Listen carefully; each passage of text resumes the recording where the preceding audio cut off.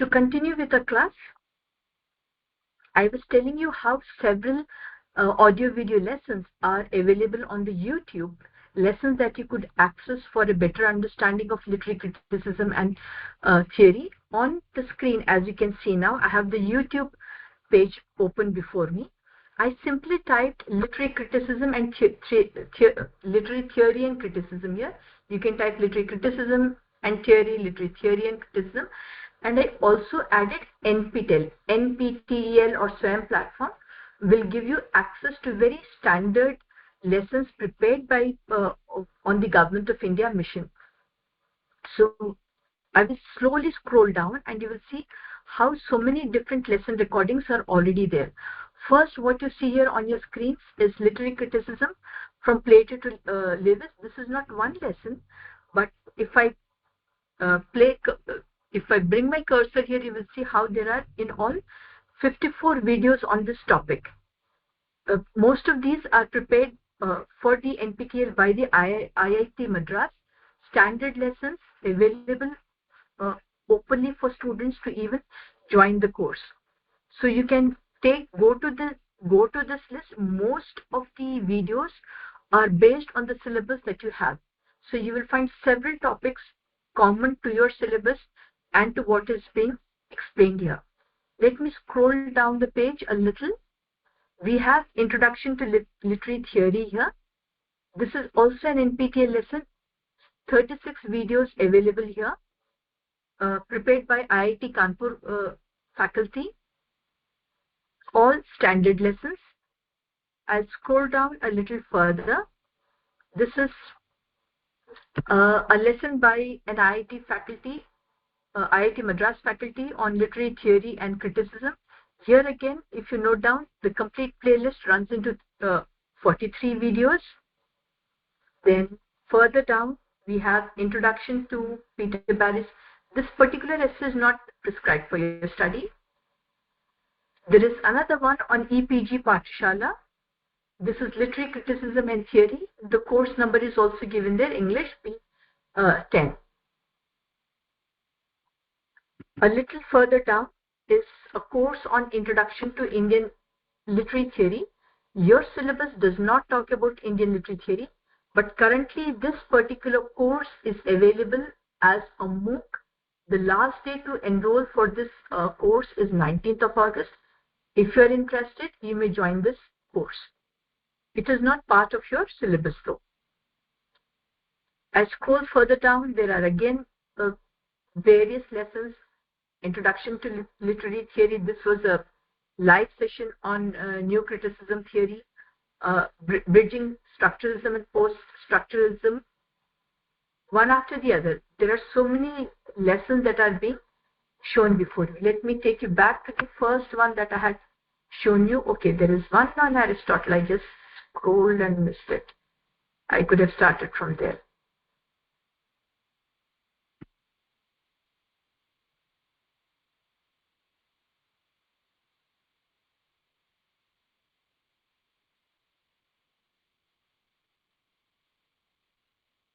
Most of these are very, very standard, well-prepared lessons.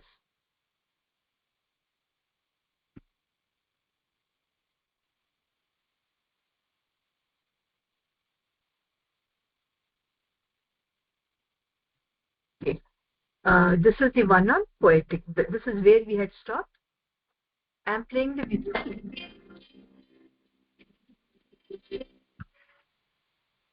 Ways, it's also important to note that Aristotle's works and his thought process, his methods, it has also laid the foundations of Western critical thought in ways that no other text has been able to do.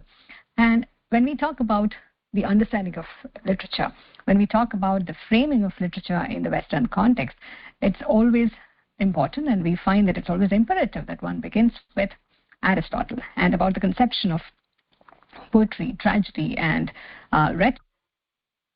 This is a text which has assumed more relevance than it had originally did. This is a text of Western critical thought definitions, but we also find that there are certain things which are there in the background informing the understanding of this text, also implying that maybe this was the kind of discussion that they used to have. Maybe this is all framed in a particular way. It's all situated. And at the same time, it's very important to distinguish between life and its representations, life and the way in which it gets imitated. I'll stop playing the video now. On our slideshow,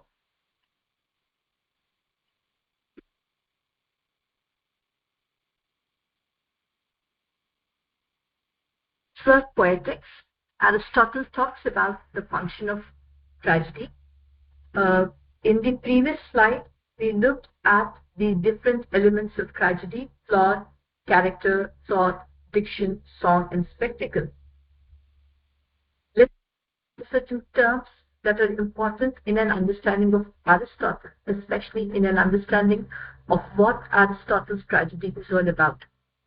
Terms like catharsis, unity of time, hamartia, climax, catastrophe, or denouement. You can see the meaning in brief listed on your screens on the right hand side. Catharsis is the purgation or the purification of the emotions of pity and fear. Aristotle talks about the three unities: the unity of time, place, and action. The time should be 24 hours according to Aristotle. When a tragedy is written, the entire story, the entire plot should revolve around 24 hours. Otherwise, the audience will be confused. The place should not change, it should remain the same, and the action should be one unified whole. By the time we come to Shakespeare, we notice that Shakespeare has done away with the three unities of time, place, and action. Instead, for Shakespeare, the unity of character is more important. Hamartia is a tragic flaw which leads to the downfall of the tragic hero in a tragedy. Remember, in your earlier semester, you studied King Lear. King Lear is a tragedy. It is one of the great tragedies by Shakespeare. The other four of the four great tragedies by Shakespeare, we have King Lear, Macbeth, Othello, King Lear, Macbeth, Othello, which is the other one, Hamlet. We find that the tragic hero there suffers from a tragic flaw, and this tragic flaw leads to the downfall of that hero. The tragedy has a pyramidical structure. We have the opening scenes which present the rising action. The rising action leads us to the climax. The climax is the turning point. It is where we find the conflict or the tension at the highest point in the entire play. And once the climax is reached, that is where the peak of the pyramid is, then the action begins to fall. We are falling action. There is a catastrophe, something very significant happening in the life of the hero or the other characters, which is extremely tragic, leading to the falling action, and the play ends with the denouement or the final resolution. In general, classical tragedy deals with good and evil, and it aims to present the victory of good over evil. Other things that we learned when we were talking about tragedy in the other semesters was that we also find the presence of the supernatural elements. Sometimes we find the appearance of the deus ex machina, where the gods are brought down on the stage through a contraption. They are lowered to the stage, they come, and then they try to end the whole of the conflict by presenting a resolution or a solution to the entire problem. Because everything cannot be depicted on the stage or theater has its own drawbacks. We also have the presence of the chorus. The chorus, in the form of songs, narrates to us events that take backstage. They tell us about the gaps in the narrative, and they also help in bringing the play closer to the audience. After a study of Plato and Aristotle, we move to the medieval period, where we talk about Thomas Aquinas of the 13th century. Summa Theologica is prescribed for your study and not the entire work. Question 1, Article 9 and Article 10 are prescribed for your study. What does Summa Theologica deal with? It lays down 5 arguments to support the existence of God. The very first bullet point makes it very clear to us that in this work of criticism, the entire thrust is on religion or theology. Aquinas is often described more as a doctor than a critic or a philosopher. In his work in Summa Theologica, we find a combination of both philosophy and theology. As a staunch Christian, we find Thomas Aquinas remaining steadfast to the Catholic doctrine. What is important in our study of Aquinas is both his life and his religious contribution, because the two are very closely linked to one another. Between the old or the classical period and the modern period, we have Thomas Aquinas, and his contribution to medieval criticism bridges the gap between the classical and the modern. He lived around 1225 to 1274 AD. He is often considered to be one of the greatest philosophers of Europe living in the 13th century. He was well versed in both philosophy as well as theology. Like Dante or let us say Michelangelo, Aquinas is also influenced by antiquity, by what comes before him, especially by Aristotle. But what he presents to us is completely different, completely new. At Aquinas, from a religious angle, from a theological lens, it is noticed that Aquinas is at the summit or at the top of the Christian tradition that takes us back to Augustine and to the early establishment of the church. If we look at him as a philosopher, then we can say that Aquinas may be considered to be the founder of the modern philosophical thought.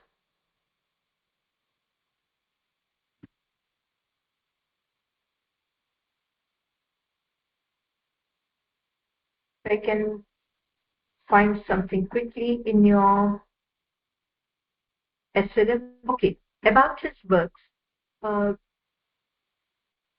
if we were to divide his works, we could list them like this in 5 different categories. One are his biblical commentaries, his commentaries on the Bible. So we could say that yes, this is his religious contribution. Then we also have some works which are commentaries on Aristotle and on other philosophical texts. So these are basically philosophical writings. Then he also wrote some very brief works, very short, on being and essence is one such example. Then he also deals with, or his works deal with controversial or disputed questions, such as the questions on truth. And then something more important, what is also prescribed for your study, are his encyclopedic theological treatises, like the one prescribed for your study, that is Summa Theologica. So these are the main works of Aristotle. In general, Summa Theologica, also referred to in short as ST, represents Aquinas' most considered thought on a given topic, and it is very, very comprehensive. It runs like an encyclopedia because it contains some discussion on almost all of intellectual concerns that Aquinas felt were important. Generally, it is divided into 4 parts for a better understanding. You do not have the whole of it prescribed for your study, but I'll briefly tell you what each of these parts talk about. In the first part, we learn about the nature of God and about the world created by God, including human nature. The second part deals with human action and what is it that drives human action, for example, virtues and vices, our passions. Then the third part deals with theological and philosophical virtues in elaborate detail. Finally, the last part deals with Christ and the holy books.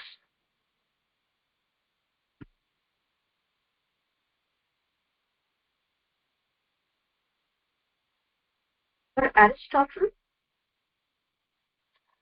the natural reason can prove to us God's existence, that God exists, is truth for Aristotle, and this is something that can be understood by applying our reason.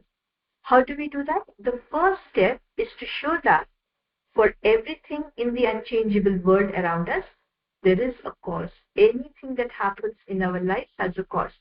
This is not just Aquinas speaking several centuries ago, but most other religions also tell us the same thing, that there is a cause for every little thing that happens in the world around us. And this is controlled by none other than the Supreme Creator, God Himself.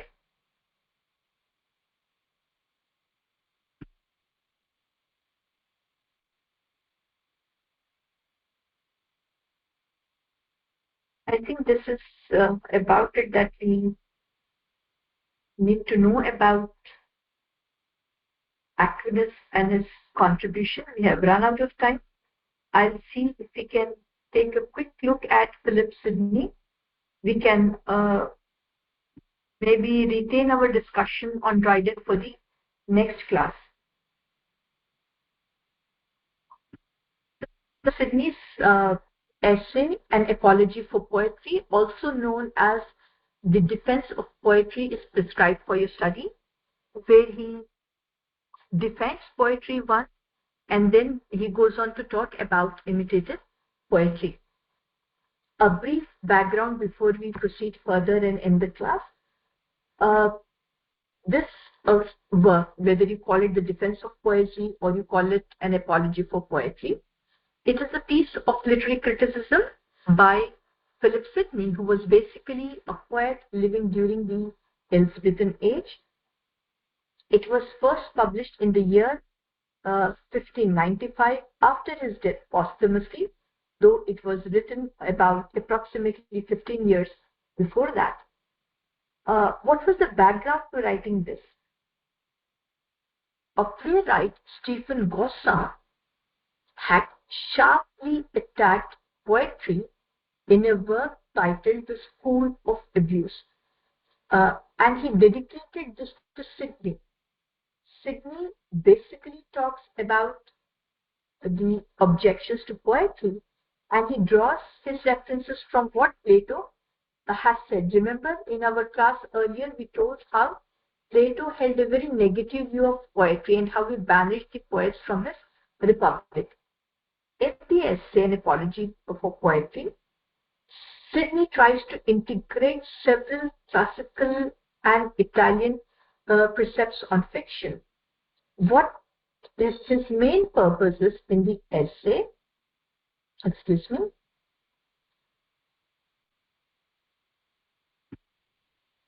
that poetry, because it combines both history and philosophy, evokes interest in the readers and encourages the readers to lead a life of virtue.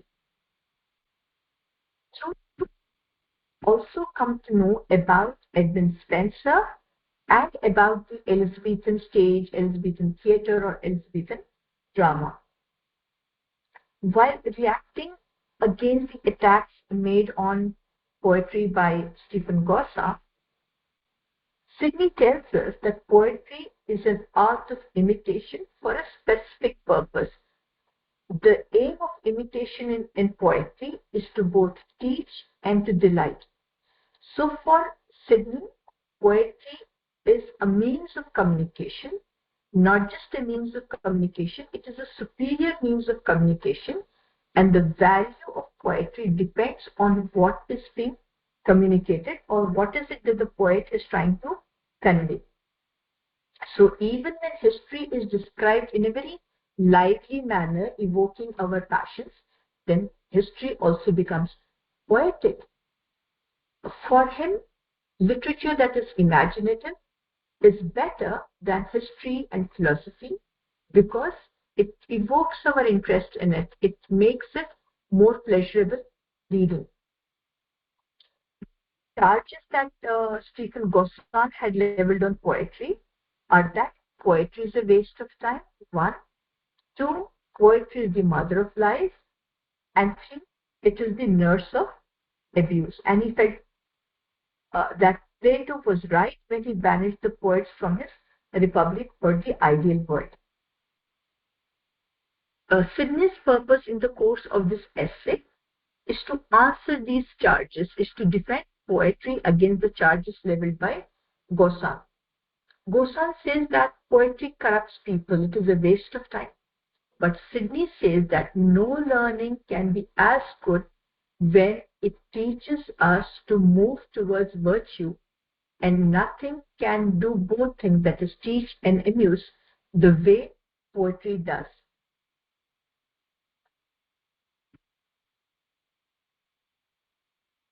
He remembers how in the earlier societies, in the Greek societies, people held the poets in great respect.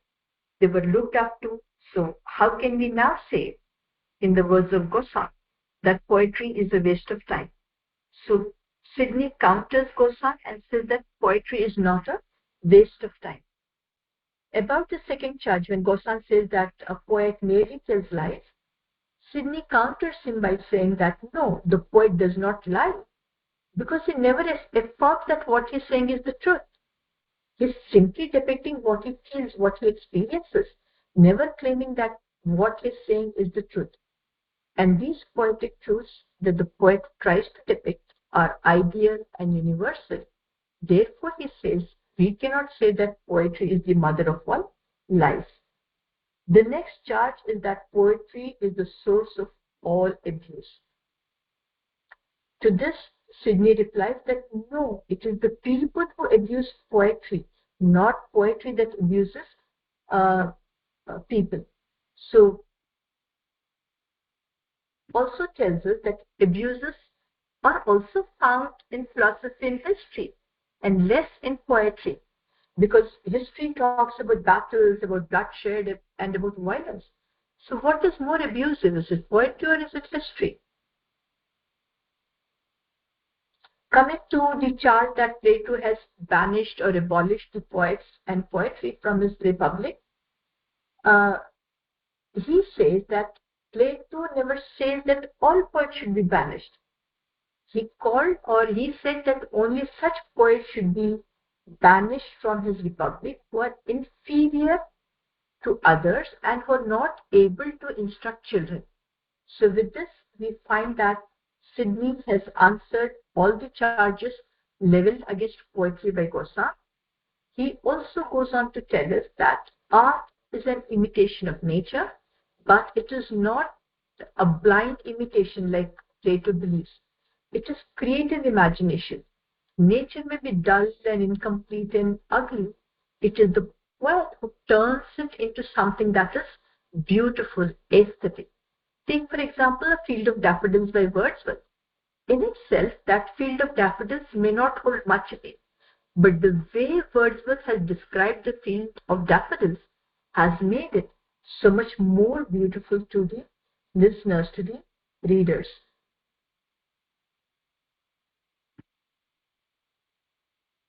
So, in keeping with the Renaissance tendency, Sidney says that the purpose of art is to teach as well as to delight. With this, I think we could close the class for today. when we meet later on, we will have a look at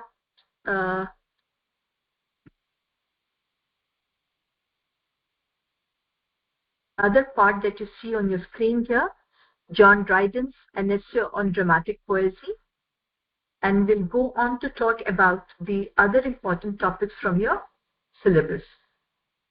We have only about